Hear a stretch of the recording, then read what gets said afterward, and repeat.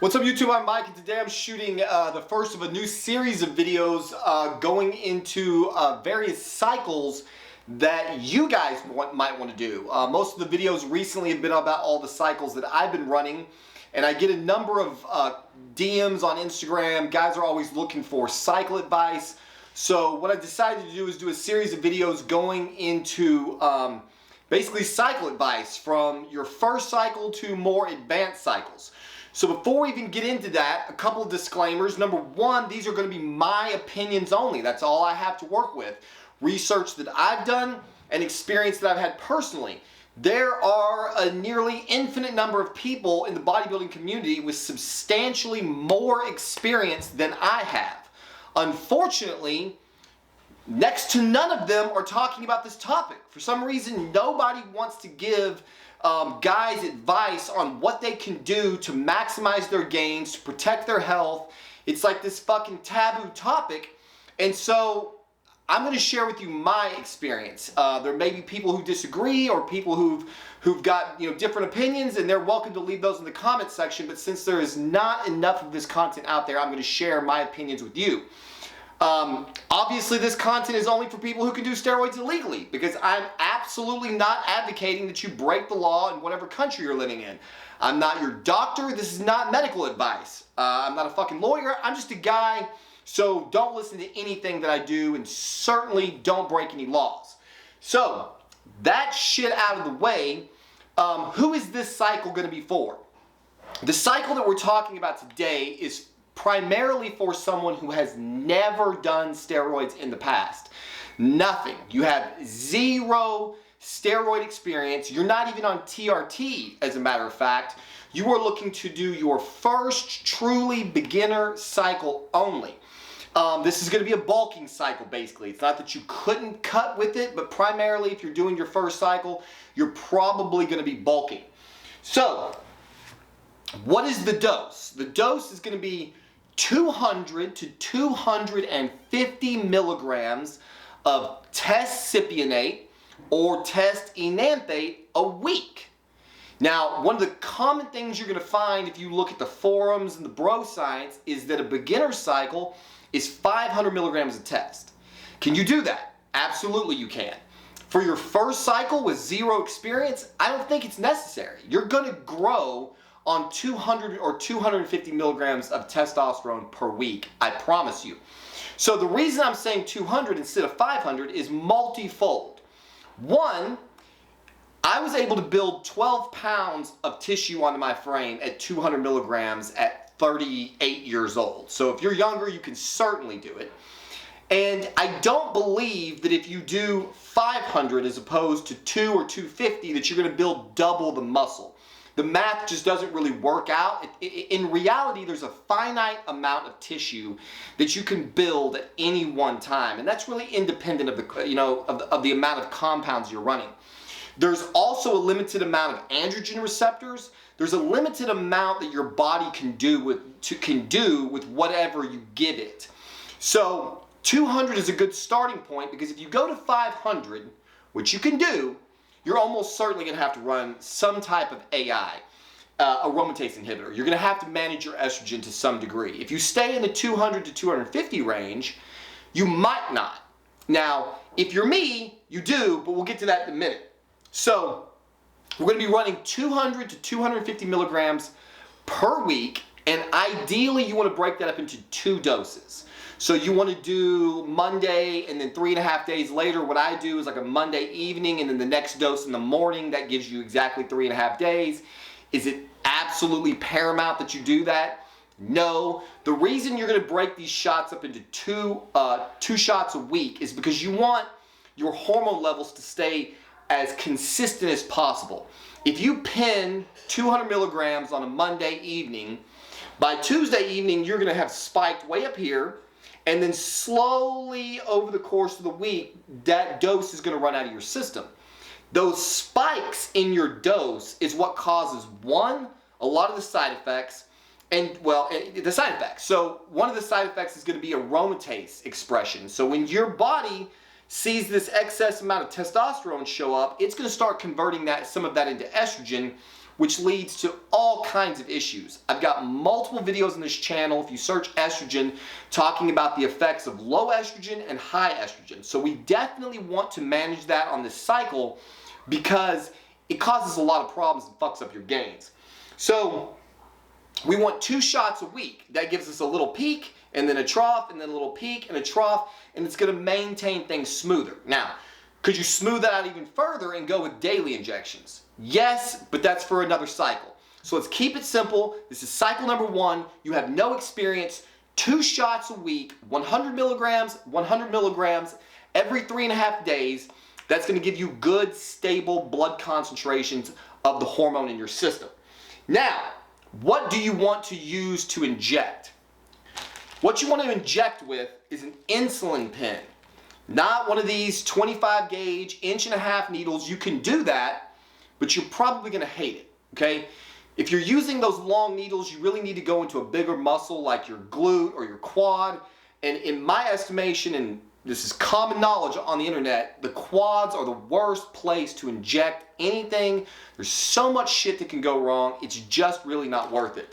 So what you want to do is you want to get, I don't know if that's going to focus on that. This is Easy Touch 29 gauge 1/2-inch insulin pens. If you use one of these 29 gauge insulin pens, you can very easily go into your delts, your pecs, your lats, and the top part of your glute in the back. That's the rotation that I use. So you've got both delts, both pecs, both lats, both sides of your glutes. If you spread your injections around, then you're going to reduce the amount of scar tissue buildup that you get at any given time. I've pinned my delts so much with so much crap that every time I go in there, the tissue feels bizarre, it feels thicker than it should be, and a lot of times there's bleeding, and it's not ideal. So you want to make sure you reduce scar tissue as much as possible. You can do that with one of these insulin pens. Now, you can technically stick the insulin pen in your bottle and pull out the oil. It's going to take you forever. This tiny little pen is not going to allow that thick oil to travel very easily. So what you're going to want to do is backfill this pen. So you're going to take a bigger needle. This is a 3 milliliter barrel with an 18 gauge needle on it. It's a big one. It's not going to focus. Anyway, it's a big needle. You're going to take this pen and you're going to pull out however much of your oil you need to get your 100 milligrams. And then you're going to take the insulin pen and you're going to pull the plunger out. You're going to squirt the oil in. You're going to put the plunger just barely inside, turn it upside down, wait till the air bubble goes to the very top, give it another second, and then you can push the plunger back up until you get the top part of your syringe totally full with your oil and no air bubbles. When you get that, then you're ready to take the cap off and inject your shot. That's what you're going to want to use. You can use different sizes. You can use longer needles, but you're going to get more scar tissue buildup, and if you hit a nerve, there's like a lot of shit that can go wrong. So insulin pens and the side of the delt is probably all you're going to need. Now, what's next? So now you've got your injection, you've got your oil. Why are we not going to do 500 milligrams? The reason that you want to stay away from... My light just went out. It's one of my lights. The reason you want to stay away from 500 milligrams, again, is because you're going to get more aromatase expression at that dose. And because, like I said earlier, what we're trying to do here is get you familiar with how your body is going to react to hormones at all. At 200 milligrams, you are going to be your supraphysiological range probably the entire week. So for me, when I run 200 milligrams of test C with HCG, ideally you're going to want to run HCG as well. I take 500 IUs twice a week. So you take your HCG alongside your test, and that supports a number of functions in the body which are important for a later video. So 200 milligrams a test, or if you want to go 250, since you're really trying to bulk, go 250 plus your HCG. And that's going to help you control your estrogen to the best of your ability. Now for me, I happen to be very unlucky. All I have to do is look at a bottle of testosterone and immediately my fucking tits just start to grow. It's insane.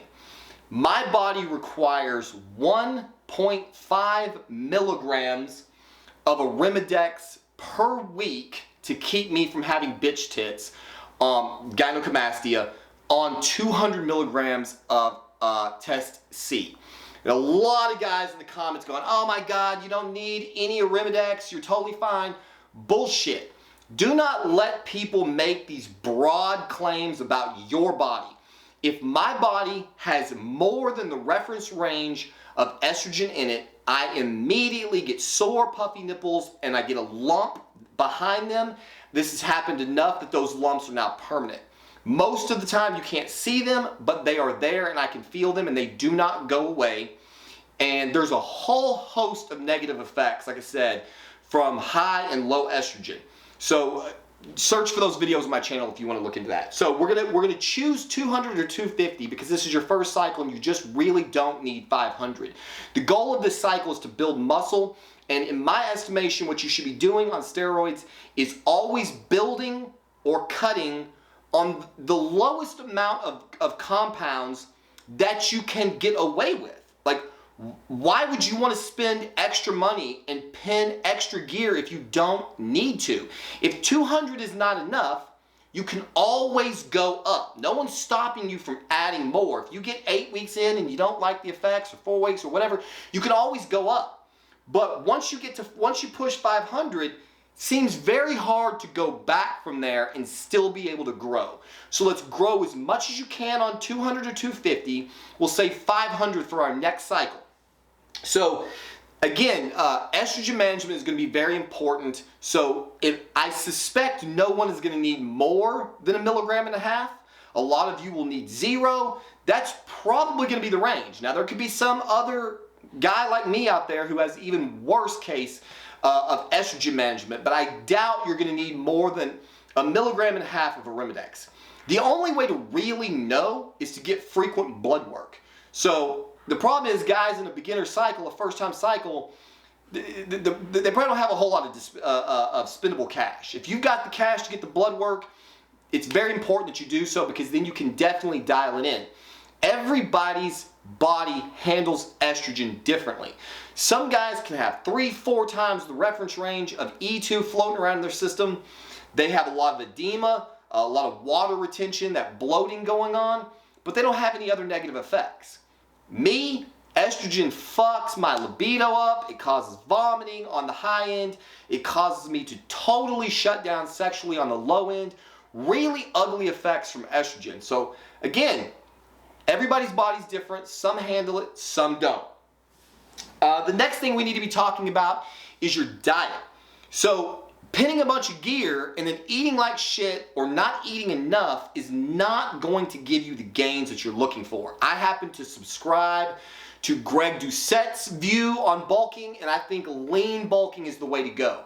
I don't ever want to gain 30, 40 pounds in a cycle only to lose 25 or 35, lose 30 pounds of it back. It doesn't make sense to me, because if you put on a lot of body fat, then you're just extending your upcoming cutting cycle, which is going to mean that you're going to be eating in a calorie deficit for longer. No one likes to eat in a deficit. Few people like to eat in a deficit. If you're going to use cutting steroids to do that, you're going to be on for longer. It's more expensive. So in my estimation, what we want is the most amount of gains for the least amount of money and the least amount of bullshit problems. And we can manage that by having a clean diet and reasonable doses. So you're going to want to find out what your basal metabolic rate is, whatever you're currently eating. If you're not gaining weight on your current calorie load, then you want to add 500 calories a day, 700 calories a day. Adding 500 calories a day over the course of a week will give you enough surplus to gain a pound of weight per week. So obviously the anabolics are going to help, But you have to understand that going on to testosterone will also speed up your metabolism to some degree. Your body partitions nutrients a little bit differently. And so guys can actually start taking testosterone, like in the case of TRT, not change their diet at all, and they'll start to see that they're losing body fat, which is good. But it can fuck with you if you're trying to gain weight. So you want to make sure that your diet is on point. If you're going to do a steroid cycle, don't fuck off your diet. You're straining your body unnecessarily. You're spending money. You're spending time in the gym. The most anabolic thing that you can put into your body is food. It's not steroids, it's food. The steroids require the protein to do their work. So you're going to want to make sure that you focus on getting a minimum of 1 gram of protein per pound of body weight per day. Do not miss your protein. Most guys eat 1.5 grams or maybe even 2 to get the gains that they really want. At the end of the day, what steroids are doing in your body, what this testosterone is doing in your body is it's going to bind to the androgen receptor and it's going to upregulate a number of functions. Protein synthesis being one of them. So your body is going to take protein and turn it into muscle at a higher rate of speed. That's effectively what steroids are doing. People act like steroids are this magical drug that just puts muscle onto your body. It cannot do that without the protein that it needs to build the muscle. So you can take all the steroids in the world, if you don't feed them protein, you're going to get nowhere except fat. And that's what happens to a lot of people because their protein is not where they need to be. They jack their calories up, but it's carbs and fat, and you will just get fat. So prioritize high amounts of protein in your system, 500 to maybe 750 calories per day in a surplus, and then use something like MyFitnessPal to calculate the rest of your macros. So you want to make sure your macros are on point, your protein is on point, and then you have the building blocks that you need to support the androgens so that you can make productive gains in the gym. Now, third piece, if you've got the steroids and you've got the diet, you still have to stimulate the body to grow. How are we going to do that? By lifting fucking weights. But not just going in there and fucking around and not paying attention to what you're doing. The number of times I go to the gym and I see people that have no lift log. They're not taking notes on their phone. They're not logging their workouts. It's like, what the fuck are you doing here?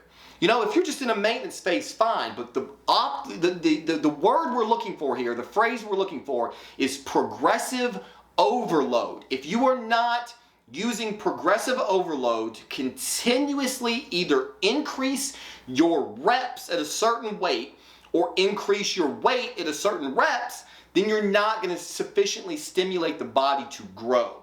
So you need to track your workouts, whether you're doing 3 sets of 12 or you're doing pyramid, 12, 10, 8, 6, whatever you're doing, you need to make sure that you're progressively overloading. If you don't know what progressive overload is, don't fucking do steroids. Go research about how to actually bodybuild and then worry about the steroids later. So I'm going to assume that you know what I'm talking about there, and then we need to focus on your training split. The training split's really, to some degree, irrelevant at this point. Whether you're doing push-pull legs, or you're doing a bro split, or whatever you're doing is going to be sufficient so long as that you continue to keep things mixed up enough that you're tricking the muscle. You don't want to get into a lull where you're just doing the same workouts every week. Muscle memory is a bitch. And so you want to constantly be switching things up, you know, every 4 or 5, whatever, however many weeks you want to put together these like little mini programs, then you need to change it up so that your body will continue to grow. So the next big topic on this list, and it's the worst one of all, is sources. Everybody's coming to me wanting to know, where do you get anabolics? Well, I'm not going to tell you for any number of reasons. I can't tell you. I certainly can't tell you on YouTube.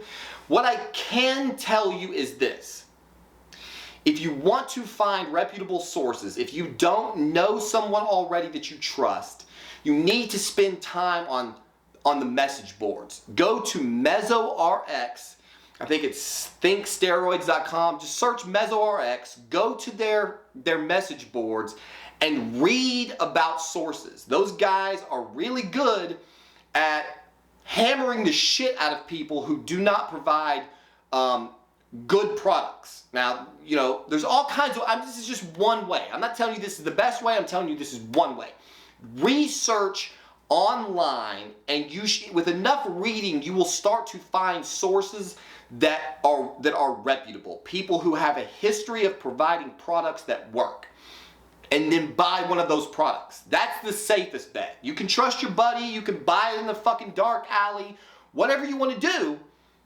But at the end of the day, if you have a bottle of Test that says Test 300 and it's got 150 in it, it's going to be really hard to dose. So if you think you're doing a 200 milligram or a 500 milligram a week cycle and your shit is no good, then you're not. You have no idea how to dose your estrogen, your Arimidex, your whatever estrogen control substance you're using.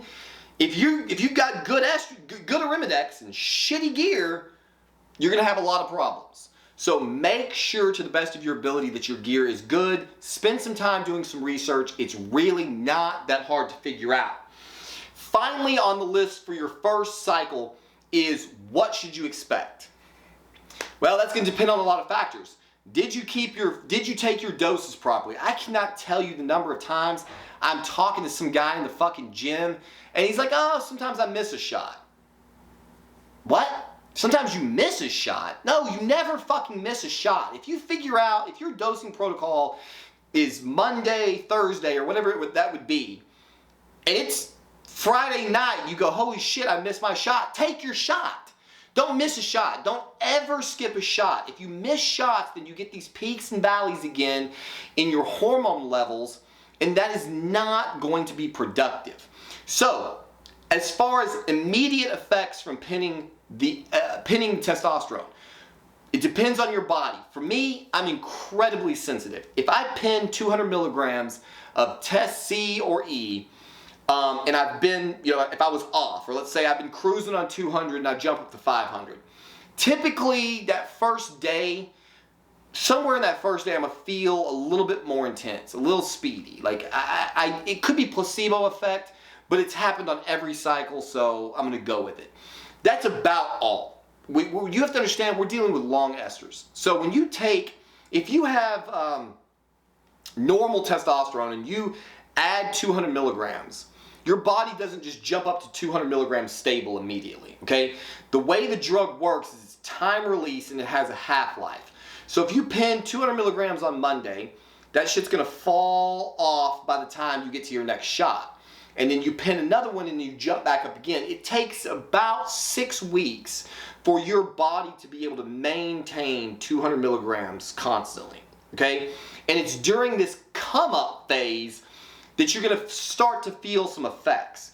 With Test E and C, for me, at about the 3-week mark, I start to notice an increase in libido. Still not much in the gym, but I'm definitely noticing my libido is increased, and I'm probably starting to feel a little bit agitated. Testosterone will add a tiny bit of enhanced aggression. Keep in mind, roid rage is bullshit. I promise you it's bullshit. Steroids do not make you someone you're not. They accentuate whoever you are. So if you're prone to roid rage and you start pinning testosterone, it's going to get a little bit worse. On testosterone, not a lot, a little bit. Whoever you are is going to be amplified minorly by this cycle. Understand 200 milligrams is a low dose and it's going to be very, very easily tolerated by your body. You should see zero negative effects to your biomarkers. Everything should be normal. Kidney function, liver function, lipid function, all of those things should stay completely normal, really no matter how long you run 200 milligrams, because I run it permanently. So you should see no negative effects on a 200 milligram cycle. By the week 4 mark, you should start to see some increased strength in the gym, and that's probably going to last for about 3 to 4 weeks, and then it's going to plateau. Okay, do not expect anything phenomenal from 200 milligrams of Test. Don't expect anything phenomenal from 500 milligrams of Test. Test is really not as strong as you may think it is. A lot of people act like, oh my God, I'm getting on a Test cycle, it's going to be crazy. It's not, I promise you. You're probably not going to feel a tremendous amount. 10 pounds of lean gains, 12 pounds of lean gains is a relatively reasonable target for this cycle. If you eat right and you're genetically gifted, then you will not have a substantial amount of water retention if you manage your estrogen. I'm very lucky. I never carry water weight in my upper body. I stay lean and vascular in my upper body. No matter what I do, I can take a bunch of Deca. It doesn't matter. I just stay lean. Other guys, I stay very thin. Other guys are different. So how your body reacts to this is going to be totally dependent on your genetics. What else? So we're going to run this for 12, ideally 14, maybe even 16 weeks. And then we get to the final piece of this video, which is what to do when you come off. PCT, post-cycle therapy. Unfortunately, I can't help you because I don't PCT. Guys use HCG, they use Clomid, they use any number of things to try to kickstart their natural production. And I have never had to do that because I didn't start cycling anabolics until I was, 38 years old and got on TRT. And so when I blast, whatever that may mean, when I come off, I go back to 200 milligrams of test C per week. So this is something that you are going to have to decide. And I'm going to give you a small piece of advice. If you are planning on bodybuilding long term, if you're here watching this video because you're going to do a beginner cycle and then another cycle and another cycle, and you're going to space those cycles 2 or 3 a year, in my opinion, you're better off not PCTing. Stay on 200 milligrams. So you would start with a 200 milligram cycle and you would run that indefinitely until you're ready to go up. And the reason I say that is because if you run 14 weeks of 200 milligrams or 14 weeks of 500 milligrams, whatever the fucking dose you choose, if you run that for 14 to 16 weeks and then you try to PCT, when you pull off those androgens, unless you stay on HCG, which would be ideal, if you don't have HCG in the mix, then your body's going to be shut down and your natural production is going to be gone. And when the hormones run out of your system, you're going to have nothing. You're going to start losing muscle, you're going to have no energy, you're going to have no libido, you're going to feel like shit. So if you come off and then you jump on HCG because you weren't using it already, or you try to use Clomid or whatever you need to kickstart your production again, how long is that going to take? I don't know, 2 weeks, 4 weeks, 6 weeks, 8 weeks? Well, if it takes 6 to 8 weeks, and then you're planning on doing another cycle 12 weeks after the end of your first one, or 16 weeks after the end of your first one, then it took you half that time to kickstart your own production. Now you've got your own production for the second half, and then you're going to blast again and knock it out. To me, that doesn't make any sense. If you know you're going to cycle again, you might as well just stay on 200, keep everything flowing at that rate, and then you can go up to, say, 500, run that for a while, and then back down to 200, cruise again until we get to our third cycle where we're going to start adding in some orals and some different things. That is entirely up to you. If you need advice on PCT, how to come off of 200 milligrams or how to come off 500 milligrams, again, I would recommend that you go back to the message boards. Hopefully there's someone watching this video who has PCT and has a bunch of experience with that. And if you would put that information in the comments, then I will pin that and we all can learn from your experience. I personally have none. So if you're a young man and you're planning on doing one cycle because you want to go to the beach or whatever, probably you should just not do that. But if you are, hopefully somebody will put some information in the comments below about how you can PCT. So there you have it. This is going to be, again, a cycle for a person who's never run one before. You're going to be looking for 10, 12, if you're really lucky, 15 pounds of solid gains. Again, I can't remember if I mentioned this before because it's the second time I've been trying to shoot this video. You'll see things online about guys who blew up and gained 30 pounds in their first cycle. They did not gain 30 pounds of muscle, I promise you. They gained 10 pounds of muscle and fucking 10 pounds of fat and 10 pounds of water. 10 pounds of muscle and 20 pounds of water and whatever the math. They did not keep all of those gains. And that's why I prefer to try to keep the excess bullshit to a minimum, because a ton of water weight is going to stress your body. That's going to increase the likelihood that you have blood pressure problems, any number of things. So let's keep the diet clean, The dose is reasonable, the training intense, and then you're going to pick up 10, 12, maybe 15 pounds of lean tissue, and then that's going to set the stage for us to go to the next cycle, which I will be making a video about very soon. Sorry, my camera died. I don't know what the fuck happened. So again, this is just my personal experience. There's a lot of ways you can do this. You can definitely do 500 milligrams, and if you choose to do 500 milligrams, everything else stays the same. You run it for 12 to 16 weeks. You manage your estrogen. You have a good diet. You have good training, and you are going to see some excellent newbie gains. But again, like I said, the dose is not relevant. All of the other things is what really matters. So hopefully this has been informative. Stay tuned, subscribe, bells, thumbs up, follow me on Instagram, all of that stuff so that you can stay tuned to this series, because I'm going to have a number of videos. We're going to go to cycle 2, cycle 3, 4, 5. We're going to talk about DHT drugs, trend, cutting cycles, all of that. So stay tuned for those coming up, and as always, we'll see you on the next one.